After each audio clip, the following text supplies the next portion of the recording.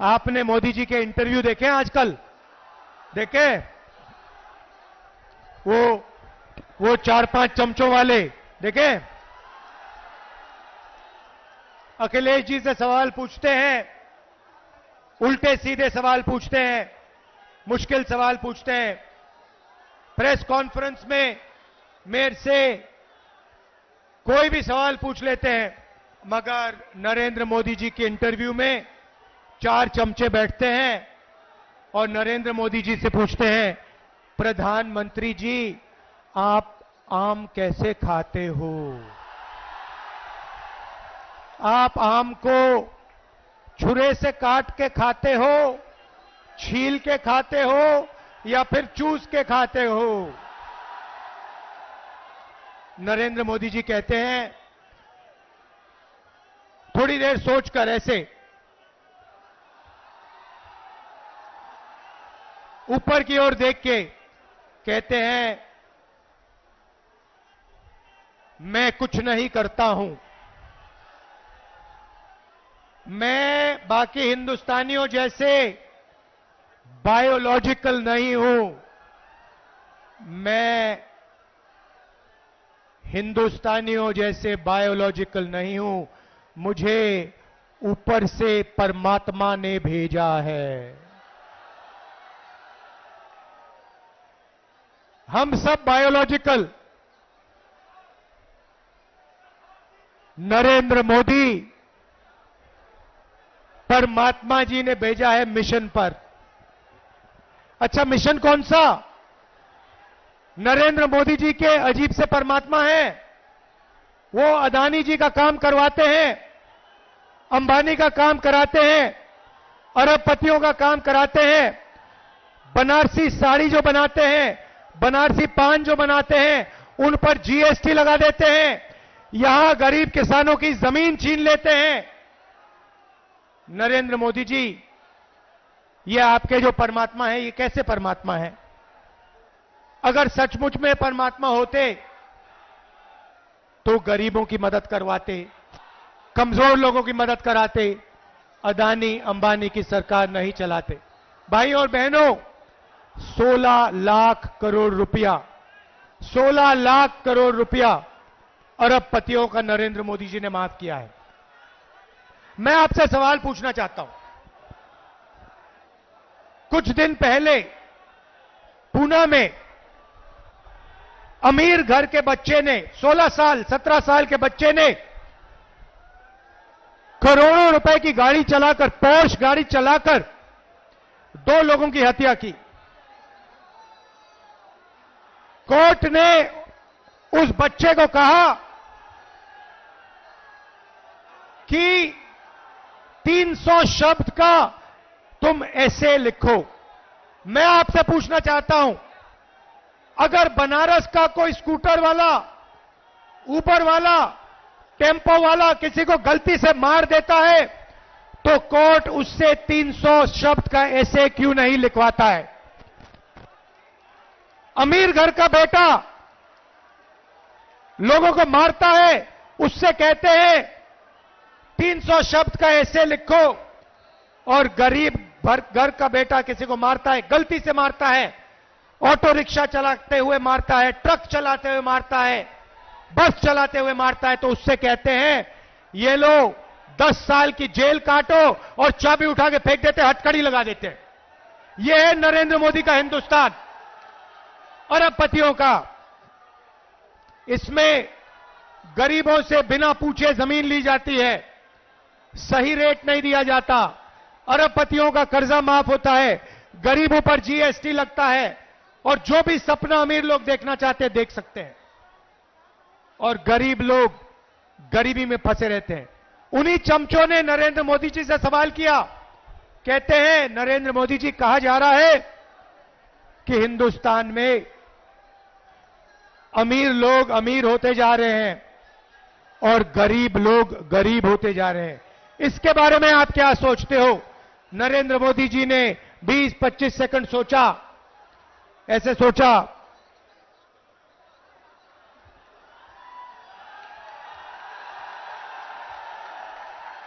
उसके बाद चमचों से कहते हैं, तुम क्या चाहते हो कि मैं सबको गरीब बना दूं? नहीं नरेंद्र मोदी जी, हम चाहते हैं कि जो सुविधाएं अमीर लोगों को मिले वो गरीबों को मिले। जो बैंक लोन उनका माफ होता है वही बैंक लोन छोटे व्यापारियों का माफ हो, वही बैंक लोन किसानों का माफ हो, वही बैंक लोन स्टूडेंट का माफ हो। जो उनके लिए आप करते हैं वो गरीबों के लिए आप कीजिए, ये हम चाहते हैं। भाइयों और बहनों, इंडिया गठबंधन ने मन बना लिया है। इंडिया गठबंधन ने मन बना लिया है। इन्होंने 16 लाख करोड़ रुपए अरबपतियों को दिए। अब हम लाखों करोड़ रुपए हिंदुस्तान के गरीब लोगों के बैंक अकाउंट में डालने जा रहे हैं।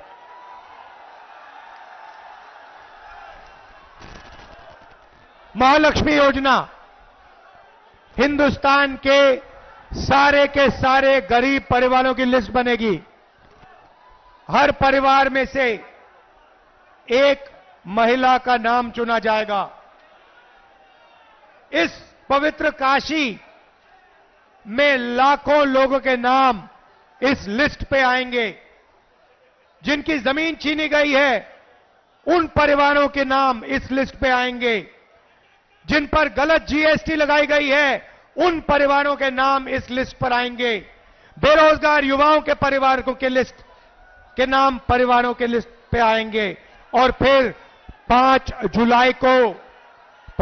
जुलाई को आप अपना बैंक अकाउंट सुबह देखोगे। काशी में लाखों परिवार अपना बैंक अकाउंट चेक करेंगे और हिंदुस्तान इंडिया की सरकार ने आपके बैंक अकाउंट में खटाक से 8,500 रुपए डालने हैं। जुलाई में 8,500, अगस्त 8,500, सितंबर 8,500, अक्टूबर, नवंबर, दिसंबर, जनवरी 8,500। खटाखट खटाखट खटाखट खटाखट अंदर लाखों करोड़ रुपए हम आपको देने जा रहे हैं। यहां जो किसान हैं, आपकी इन्होंने जमीन छीनी। हम जमीन अधिग्रहण बिल लाए थे, नरेंद्र मोदी ने रद्द किया। हमें धमकाया कि इस बिल के लिए नहीं लड़ो। हम लड़े, मगर तब भी इन्होंने स्टेट लेवल पे इस बिल को रद्द किया। हम आपकी जमीन की रक्षा करेंगे, आपको सही रेट दिलवाएंगे। और काशी के किसानों, आप अच्छी तरह सुन लो, हम आपका कर्जा माफ करने जा रहे हैं। और पहली बार काशी के किसानों को कानूनी मिनिमम सपोर्ट प्राइस मिलने जा रही है। सही दाम मिलेगा आपको अनाज के लिए, धान के लिए, शुगर केन के लिए, आलू के लिए, जो भी आप उगाते हो उसके लिए आपको मिनिमम सपोर्ट प्राइस कानूनी मिलेगी। भाइयों और बहनों, पहली बार बनारसी साड़ी वालों पर, बनारसी पान बनाने वालों पर जीएसटी लागू की है। हम इनकी जीएसटी को बदलने जा रहे हैं, सरल जीएसटी बनाएंगे। एक जीएसटी होगी और जो मेहनत करते हैं, जो दलाली नहीं करते हैं, उनके फायदे की जीएसटी होगी। छोटे व्यापारियों की, बनारसी पान बनाने वालों की, बनारसी साड़ी बनाने वालों की जीएसटी हम बना के आपको दे देंगे। मजदूरों को आज मनरेगा में 250 रुपए, जून 4 के बाद 400 रुपए। आंगनवाड़ी आशा महिलाओं को जितनी आमदनी मिलती है उसको हम डबल कर देंगे, उसका दुगना आशा और आंगनवाड़ी की महिलाओं को मिलेगा। भैया ऊपर से गिर मत जाना, गिर मत जाना, ध्यान से। अब मैं बात करना चाहता हूं देश के युवाओं की। नरेंद्र मोदी जी ने सेना का और हिंदुस्तान के देशभक्त युवाओं का अपमान किया। पहली बार उन्होंने जवानों को मजदूर बनाया। भाई और बहनों, अग्निवीर योजना को इंडिया की सरकार रद्द करने जा रही है। इस योजना को 4 जून के बाद इस योजना को हम ऐसे फाड़ कर कूड़ेदान में फेंकने जा रहे हैं। एक तरीके का जवान होगा, सबको शहीद का दर्जा मिलेगा, सबको कैंटीन मिलेगी, सबको पेंशन मिलेगी। हम ये अग्निवीर योजना नहीं चाहते हैं। अग्निवीर योजना के माध्यम से नरेंद्र मोदी जी चाहते हैं कि अमीर घर के बेटों को, बच्चों को पेंशन मिले, शहीद का दर्जा मिले, कैंटीन मिले, परिवार की रक्षा हो, और गरीब घर के बच्चों को कहा जाए, शहीद होने के बाद उनके परिवारों को कहा जाए कि हिंदुस्तान की सरकार आपकी देखभाल नहीं करेगी, आपको पेंशन नहीं मिलेगी, आपको शहीद का दर्जा नहीं मिलेगा। ये योजना बेकार की योजना है, नरेंद्र मोदी जी की योजना है। इसको हम खत्म करने जा रहे हैं, कूड़ेदान में फेंकने जा रहे हैं। बेरोजगार युवाओं को हमारा पहला काम 30 लाख सरकारी नौकरी देने का होगा। खाली पड़ियां आपके हवाले कर देंगे। भाइयों और बहनों, सच्चाई यह है कि नरेंद्र मोदी जी ने नोटबंदी की, युवाओं से रोजगार छीना, छोटे व्यापारियों को खत्म किया, स्मॉल मीडियम बिजनेस खत्म किया, अरबपतियों को फायदा पहुंचाया। युवाओं को हम पहली नौकरी पक्की योजना देने जा रहे हैं। बैंक में खटाखट 8,500 रुपए, साल का 1 लाख रुपए, बेहतरीन ट्रेनिंग, 1 साल की नौकरी, बैंक अकाउंट में 1 लाख रुपए, प्राइवेट सेक्टर, पब्लिक सेक्टर, सरकारी अस्पताल, सरकारी कॉलेज, सरकारी ऑफिसेज में। हिंदुस्तान को बदलने की 2 योजनाएं हैं। पहली नौकरी पक्की, महालक्ष्मी योजना। भाई और बहनों, इसके पीछे सोच है। उन्होंने अरबपतियों के बैंक अकाउंट में पैसा डाला, अरबपतियों ने इस पैसे को अमेरिका में, जापान में, दुबई में खर्चा। हम आपके बैंक अकाउंट में पैसा डाल रहे हैं, आप इसको काशी में, वाराणसी में, उत्तर प्रदेश में, बाकी प्रदेशों में खर्च करोगे, शहरों में, गांव में खर्च करोगे। T shirt, shirt, pant, mobile phone, जूते, मोटरसाइकिल, स्कूटर, मोबाइल फोन, ये चीजें खरीदोगे। जैसे ही आप ये प्रोडक्ट्स खरीदना शुरू करोगे, वैसे ही हिंदुस्तान की अर्थव्यवस्था शुरू हो जाएगी। फैक्ट्रियां एक बार शुरू हो जाएंगी, मेड इन इंडिया होगा, मेड इन चाइना का मुकाबला होगा, और उन्हीं फैक्ट्रियों में हिंदुस्तान के करोड़ों युवाओं को रोजगार मिलेगा। हम हिंदुस्तान की अर्थव्यवस्था को जंप स्टार्ट कर रहे हैं, चेन बना रहे हैं। गरीबों के बैंक अकाउंट में पैसा डाल रहे हैं, किसानों के बैंक अकाउंट में, मजदूरों के बैंक अकाउंट में, महिलाओं के बैंक अकाउंट में, बेरोजगार युवाओं के बैंक अकाउंट में पैसा डाल रहे हैं। आप ये पैसा खर्च करोगे, फैक्ट्रियां चालू हो जाएंगी, मेड इन इंडिया होगा, इन्हीं फैक्ट्रियों में आपको रोजगार मिलेगा। हिंदुस्तान की अर्थव्यवस्था खटाखट शुरू हो जाएगी।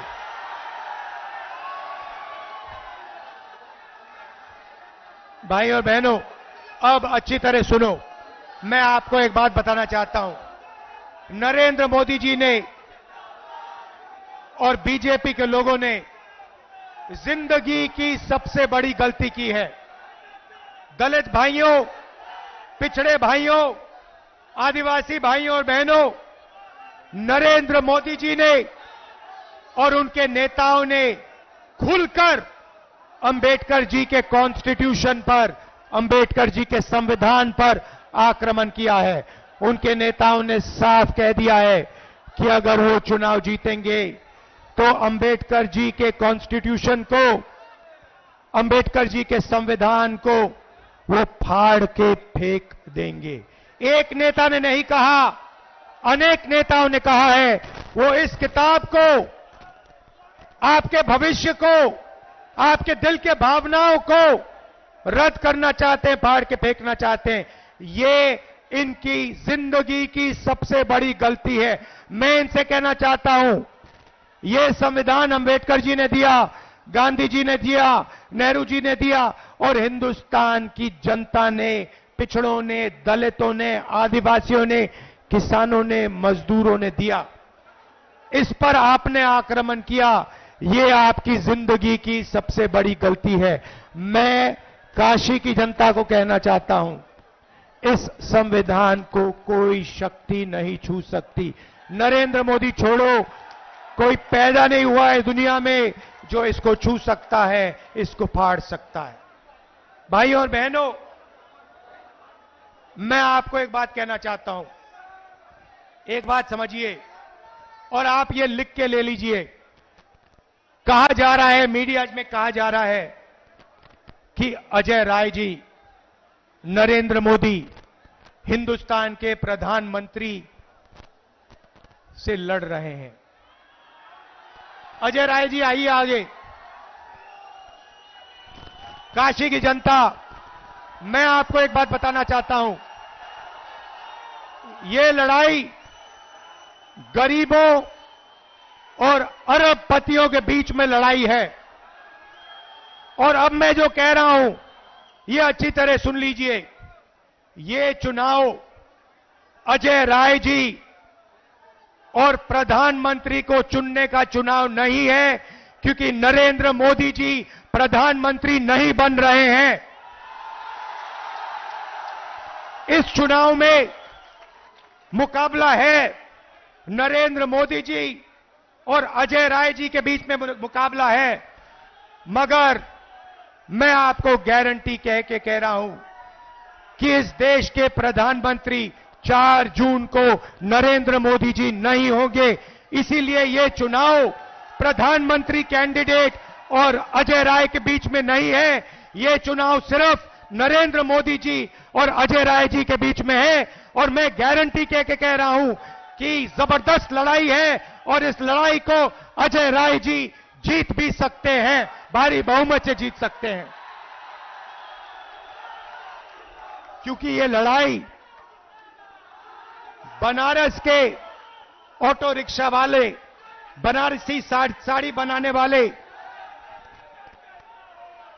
बनारस के किसानों, मजदूरों, गरीब लोगों के बीच में है। ये लड़ाई दलित, आदिवासी, पिछड़ा वर्ग, गरीब जनरल कास्ट और अरबपतियों के बीच में है। इन अरबपतियों ने आपसे सब कुछ छीना, सब कुछ पिछले 10 साल नरेंद्र मोदी जी ने इनको दिया। आपके एयरपोर्ट, आपके पोर्ट, आपका इंफ्रास्ट्रक्चर, सड़क के कॉन्ट्रैक्ट, डिफेंस इंडस्ट्री, अग्निवीर योजना अदानी जी के लिए बनाई गई है, हिंदुस्तान के जवानों के लिए नहीं बनाई गई है। तो याद रखिए जो मैंने कहा है, ये चुनाव, ये जो वाराणसी का चुनाव है, इस चुनाव में हमारे कैंडिडेट अजय राय जी जीत हासिल करेंगे। आप सबका दिल से धन्यवाद। समाजवादी के कार्यकर्ता, कांग्रेस पार्टी के कार्यकर्ता, इंडिया गठबंधन के कार्यकर्ता, आप सब मिलकर लड़ रहे हो, बहुत गर्व होता है। भारी बहुमत से अजय राय जी को जिताइए। नमस्कार, जय हिंद, जय उत्तर प्रदेश। सभी लोग बैठे रहिए।